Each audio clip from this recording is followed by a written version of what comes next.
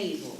My name is Jules Dunham Howie, and I'm your show host. This show is a place where women get to come and share their insights on critical issues. And today I'm excited because I have a phenomenal panel of women who are here with me.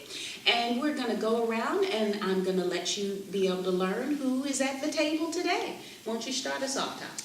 Okay, my name is Tasha. My full-time is office coordinator at a broadcasting service agency. I'm also an actress, and I also run an online jewelry boutique as well. Wonderful. Hi, I'm Nicole. I'm a fitness and wellness expert, actress, model, and proud mom. I'm Sandy Bartlett. I am running for the Maryland House of Delegates. I'm an attorney with a law practice in Laurel, Maryland, and I also teach part-time at Anne Arundel Community College, business and law. Mother, wife, daughter, you got it. Well, I am Balan. I am an actress, singer, and model. I'm also a proud mom of a beautiful 7-year-old girl. Wonderful. Great crew here today. So we're going to jump right into our first topic, which is funding for schools and the arts. So I'm going to share a little bit. Educators and legislators are working together to pave the way for the next era in public education funding. A 2016 study presented to the Quran Commission, a group of 25 education leaders tasked with revising the state's funding formula, found that Maryland public schools are annually underfunded by $2.9 billion. That's an average of $2 million in underfunding in each and every school in Maryland. We must give schools the funding they need to be the center of our communities, counties, and state again.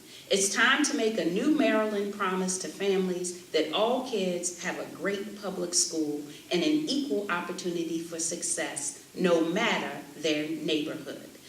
So, ladies, do you think that the school funding formula needs to change, and how do we shrink this gap of over $2 million? I think it definitely needs to change. And ironically, today, the Kerwin Commission is having a meeting. Yes, they're meeting today to discuss new formula for the students, to change it to more of a per pupil funding, so that more money will be allocated per pupil since the population is growing. Mm-hmm. And so currently, do you know how it's allocated currently? I don't know specifically. Okay. And so, yes, we definitely need to look to greater funding. Mm-hmm. The past session of the General Assembly worked hard to increase money for the school system, and that's wonderful for the state of Maryland. Mm-hmm. We need to continue in that direction. Yeah, I agree. What do you all think, ladies? Well, I definitely think that the funding in school is not enough for even the teachers or the students, especially for the arts program. As a person who has my degree in theater, I don't know where I would be without the arts. It's definitely good for students, whether you're shy. It works for communication, vulnerability, the way that you interact with people with different backgrounds. So as a youth, you definitely need to have arts expression. So we need to work more for our students because they are the future. So we need all the funding that we can get. We need to work better. Excellent. Well, I guess to piggyback off of Tasha, myself being an actor and singer and also having a strong background in performance and theater throughout school, the funding has changed drastically. Mm-hmm. I know when I came up, even in the band and the music program, our instruments were already paid for. Mm-hmm. They were at the school, and anybody who came had access to it. Now, it's not there. You have to go out and you have to rent your instruments, and a lot of families, they can't afford that. And so you cut those opportunities away from them, and then you have the counselors, which is a whole nother issue in itself. So funding is absolutely critical, and it's sad at this point to see $2 million per school. Mm-hmm. Exactly. Underfunded. Yes. Mm-hmm. I think we're taking a great first step in just bringing awareness to the subject, talking about it, getting it out there to the people. So this brings up conversation. This really became a huge problem when the recession hit in 2008. And over 12 states were cut with their funding, and nothing has been done to increase the funding now that the economy's gotten better. Exactly, and it's been nearly 2 decades since they've actually looked at the formula for school funding. And so now we are happy they've taken that step to say, okay, we've got to come and get it together. But as you all said, and I want us to drill down a little bit on this issue, when you are missing $2 million out of your operations annually, think about all of the opportunities that our young people are missing. You know, and so what type of education are they receiving, right? And sometimes it's just fundamental needs, like air conditioning. Oh, yeah. You know, perfect example, I'm sorry to cut you off. My daughter is actually reading a book, they're reading Matilda in school, and I'm thinking, you know, she's gonna bring the book home and it's gonna be nice and neat. The pages were ripped, and I'm like, you got this from the library? Wow. Where's the money going? That's my question. Yes. We have all this money. Where is it going? All the funding. The kids are, I'm sure your daughter is still saying, hey, here's fundraiser, you know. Oh, yes. Doing that. Where's the money going to? If we're using fundraisers, where is the money going? And just like you said, it's fundamental things. Not always a teacher. My sister is a teacher. She teaches emotionally disturbed kids, and she works her butt off. But she's not getting compensated enough fairly to really do what she wants to do for the experience that she has. And I'm sure the guidance counselors aren't either. So we really need to know where the money is going, because something in the system is faulty. Well, I just want to say one thing about that. There is a constitutional amendment that is going to be on the ballot for the general election in November. And that constitutional amendment question is so that we can have a lockbox. So all the money that comes from the casino can, not all of it, but there is a specific funding allocation for education. I just wanted to insert that. So everyone needs to, consider that amendment when in November for the election. And it's actually really important, that amendment, because what it does is, it's called the lockbox amendment, but what it does is it ensures that the dollars that were earmarked for education don't get siphoned off. Right. Exactly. And they have been being siphoned off. Right. And so this is a very critical issue, and I think that's something that we as women need to help get the word out about this particular amendment. So that's a wonderful point. Did you want to add anything else, Nicole? I just think it's so important to be talking about this. Our children are our future, and if they aren't getting what they need in terms of quality teachers, maybe not being there because the funding isn't there, or like you were saying, Balan, the supplies needed for the kids to be able to learn and grow, I think it's a big problem, and we are doing the right thing about talking about it, getting it out there, and raising awareness. And one more thing, just with the arts and the funding in the schools, we definitely need the kids to have a reason to want to go to school, not just to learn. Right. If they're young, they need to enjoy it. Yes. And the funding for those after-school programs and the arts is definitely something that we definitely need to look at. Yeah, those are the happy days. Indeed. Well, we're going to take a break, and we'll be right back.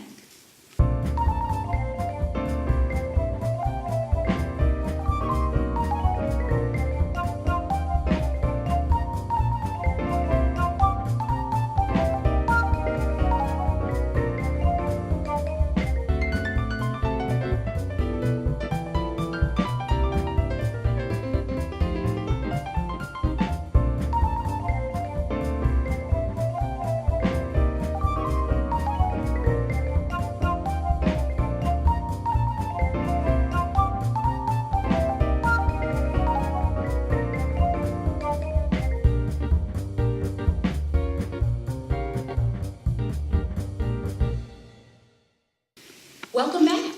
So it's time to talk about our second topic. People on public assistance are being forced to find a job in order to receive benefits.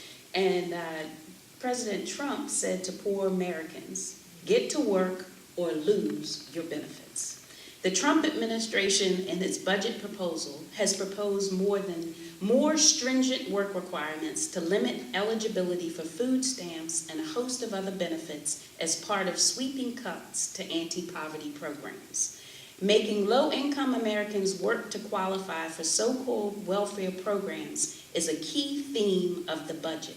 If you're on food stamps and you are able-bodied, we need you to work, says Budget Director Mick Mulvaney during a White House briefing. He said that the strengthened requirements in the budget focuses on putting the 6.8 million unemployed or underemployed Americans back to work. There is a dignity to work, he said, and there is a necessity to work to help the country succeed. What do you think about this proposed policy change? You know, the sigh is because we all, So many opinions. there's so many opinions, it's like, where do we start? Let's delve right in. Yes, I will say one thing, and that is that, you know, the Congress and the President is receiving a form of public assistance. So I say, he needs to go to work and actually get his job done, as opposed to spending his time at Mar-a-Lago. But that's another story. Well. Yes, I know, we all heard that presidents shouldn't golf until he became one. Yes, exactly. But no, this is a real issue, because if you're receiving public assistance, so they're saying you're not going to be able to get food stamps if you don't demonstrate that you're working. Now, the big issue that I have with this, there's a reason why certain people are not working. There's number one, you have the criminal justice system, which I have a strong background in, as I majored in it, but decided to deviate for various reasons. But as soon as you get a felony, Yes. and there's a long list of what you can get a felony for that really is not substantiated,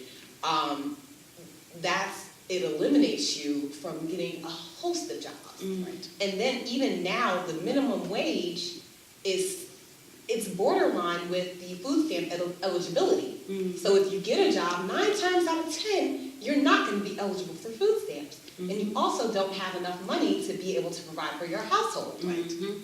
So what do you do now? Yes. Yeah, and so that's actually a really good point, because, you know, you get the job and the threshold is so razor thin, you're making $5 more than what the government says you can make and be eligible. And so then you say to yourself, but that $5 more isn't going to give me enough food for my family, right?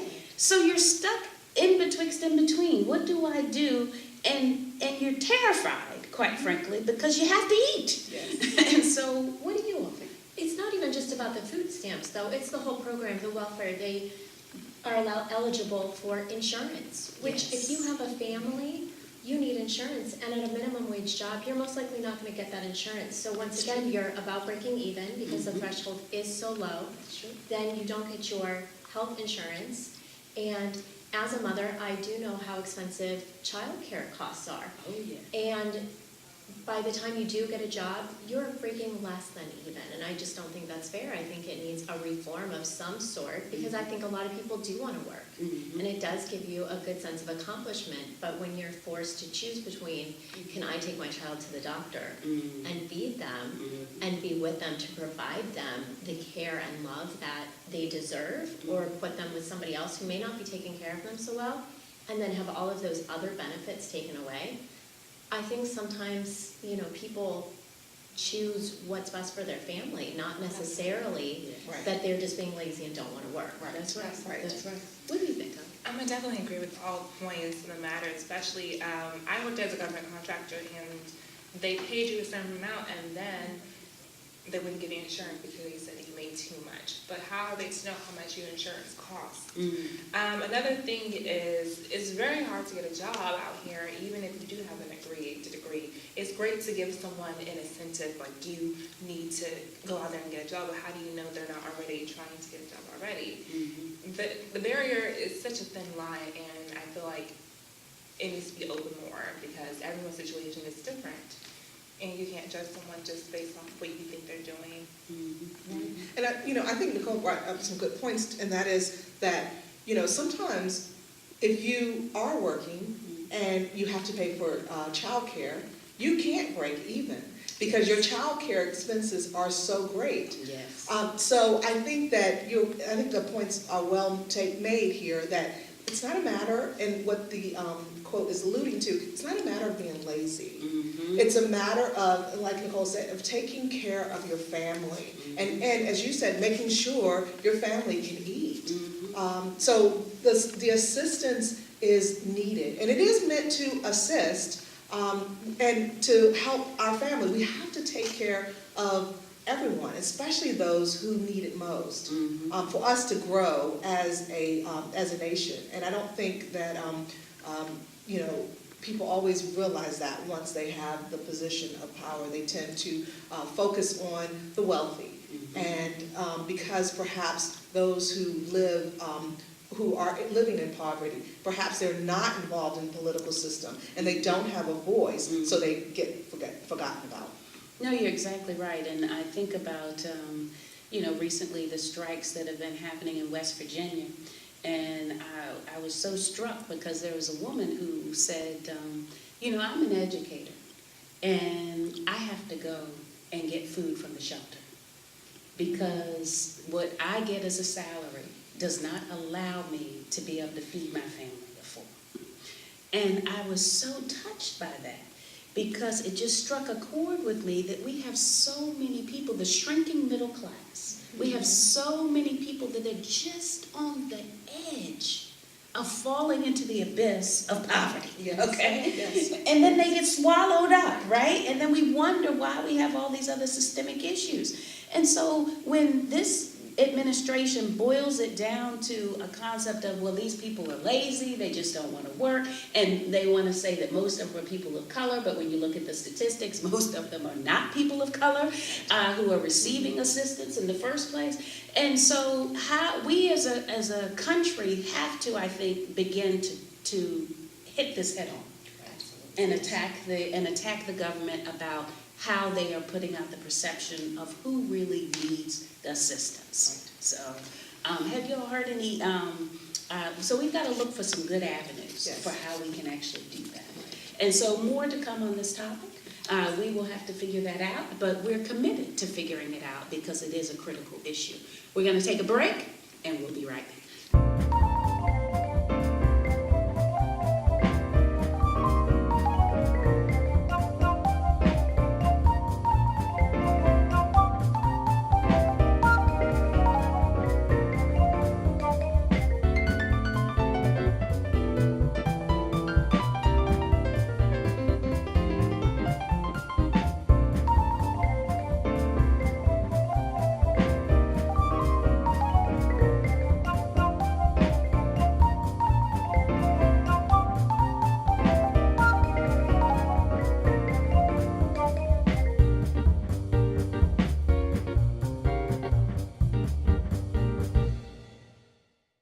Welcome back. We're here having a great conversation this morning, and it's time for our third topic, ladies. And this topic is large, so I'm sure each one of you will have a specific view. It's universal health care. So the United States spends more per capita on health care than any other country in the world, amounting to more than $3 trillion, or about 1/6 of the country's economy.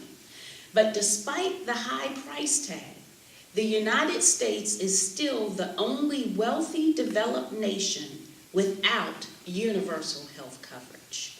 Now, as congressional Republicans remain divided over the health care reform process, the issue of universal health coverage is getting renewed attention on both sides of the political spectrum. And so the question for us today is, what do you all think about this issue? Should the United States have universal health care? Why or why not? A definite yes. Okay. A definite, and I am ashamed that we do not. We must have it because we are a capitalist society. We believe in capitalism. We were born through free enterprise. I get that. But what we don't understand is that there is enough for all. Let's compete in other areas. We can still have health care. This is the fundamental beginning of who we are, you know, when it comes to childbirth and things of that sort. You know, there are deaths in childbirth sometimes because people do not go for prenatal care. That's correct. So we must have universal health care, in my opinion. Okay. I definitely agree we have to have it. It's really, really vital that your country is healthy. We probably have some of the worst statistics when it comes to healthcare, weight, and you put it all together in like the food that we eat, FDA regulations, it's quite disturbing. Pharmaceutical companies, a big reason why I don't think that we will have universal health care, unfortunately, pharmaceutical companies would lose too much money. And the US government and pharmaceutical companies, they work together. The only nonprofit corporation that exists, the federal government. Okay, all right. What do you think about this, Nicole? I think the conversation shouldn't be should we have it. I think it's a definite yes. I think what everybody should be talking about is how do we get it? Because there's a lot of issues surrounding if we were to get it. Taxes would be raised. Doctors would be paid the same amount, and it may not be a good profession that people want to go in. Not being able to make as much money as they think they can now. Lots of problems surrounding it. I think one of our biggest problems, though, is the sugar, the hidden sugar in all of our food. And that really contributes to a lot of health problems, which goes into one of the reasons that we don't want to have universal health care is because we have so many unhealthy people in our country. And so it's going to be putting a lot of problems on our economic society, paying for those people. Yeah, excellent point. I definitely think there shouldn't be a question of whether it's why don't we have universal health care. I think that health care is a, not a privilege at all, but a human right. Once I come into this world, I should have all the supplies I need in order to be a healthy human being. And as a government, you should want your citizens to be healthy and to live prosperly. We're put on this earth to serve, and you're not serving us correctly. You're letting us die out. So my question is why? Why don't you care? And that's how I feel about universal health care. It needs to be why. Let's get this done now because we all need it. So, but what I really hear you all talking about underlying this is the issue with the lobbyists in our country and how they really are controlling and dictating this dialogue around universal health care. Oh, yeah. Well, it's the lobbyists and the corporations, and the problem, the lobbyists who work for the corporations, the problem is that we have to educate ourselves. But I do believe that that's a portion of the government's responsibility as well. PSAs, for the longest time, we didn't know that tobacco was bad for us. Yes. And it wasn't until the tobacco industry was sued and received such large punitive damages that we realized, oh, wait a minute, we find that as a corporation, if you do bad, you may have to pay for it. And unfortunately, sometimes the best way to teach a corporation is in their pocket, is to hit them in the pocket. Absolutely. Well, I mean, Oh, go ahead. oh, okay. And we just had the conversation about food stamps too. Yes. And it's so frustrating. A family can't buy a rotisserie chicken with their food stamps, but they can go buy a 2-liter of a soda of some sort. It doesn't make any sense, other than the corporations And they're controlling the policy and the regulations on how these monies can be spent, right? I mean, they've gotten to the point where they've made it so the FDA cannot say that anything natural can provide a cure. So, like if it was milk thistle or rose hip oil or anything like that, they legally cannot say this can cure this disease. Wow. They can say it can help, it may, add benefit. So now we're in a situation where HMOs are starting to cover holistic health. Of course, they would not do that if it were not a serious situation, if it were not something that was already benefiting. Yeah. And you know, a place at the table likes to talk about solutions to the problems. And so I want to just hear from each one of you, what do you think might be a way that we could move forward on this issue of universal health care? Well, I think that it is very important, and I don't think that consumers always realize the power that they have, but it's very important to push back. Companies will sell and will grow only based upon what the market will bear. That's true. So some states have regulated sugar drinks. And I think that's smart, and I think that that we can continue to do that. Other states can do that as well, and then we can do that as a nation. Excellent. What do you think? I think it's important to bring awareness and just start to have conversations about what products contain and about what's on the market and how they affect our health. And maybe once we're actually aware of what's in our foods and aware of what's in our drinks, we can take another assessment to say, hey, we need to come back to the table and look at healthcare again. Okay, excellent. What do you think, Nicole? I think we need to buy with our dollars and use that as our voice. Educate ourselves. Yeah, I think we need to speak with our voices and our dollars. We need to demand it from our government. We need to let them know. We know what they are doing. We will not stand for it anymore. Excellent. And what do you think? I definitely think that a conversation needs to be had and be educated as well. I like that in some of the fast food restaurants, they do tell you how many calories and fats are in what you're going to eat, so you're educated before you buy, so you know, okay, what you want to do. I feel like if we make food more enjoyable to eat, healthy foods more tasty, then people will eat it as well as holistic approaches. We need to ask for more information. I remember asking my doctor, what kind of food should I eat to heal, and he couldn't really tell me. I asked him, why can I find out more online than I can from you? So we just need to really care more about our customers as well. Well, you all have made some really good points about this issue, and it's a hard issue, and I think that's why the government and Congress and the Senate are deadlocked on it and haven't been able to move it forward because you have so many people with different interests who are at the table, and I don't know, we don't always know the motivation behind those interests, but we do know we live in a capitalist society. And so the almighty dollar does help a lot of people do their thinking when it comes to this issue. And be silent, quite frankly. But what we want people to know is that we have a voice. And we have a powerful voice as women in this country.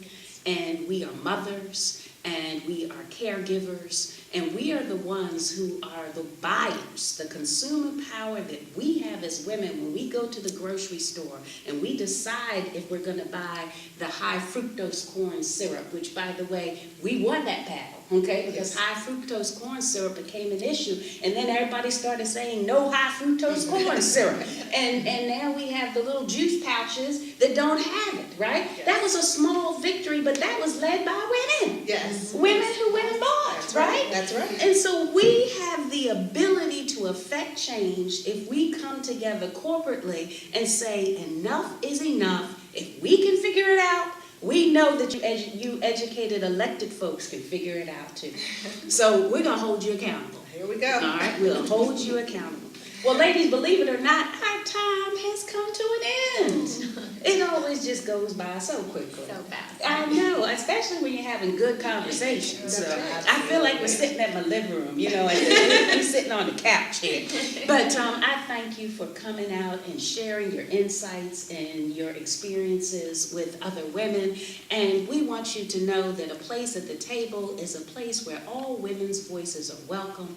We thank you for joining us today, and we look forward to seeing you again soon.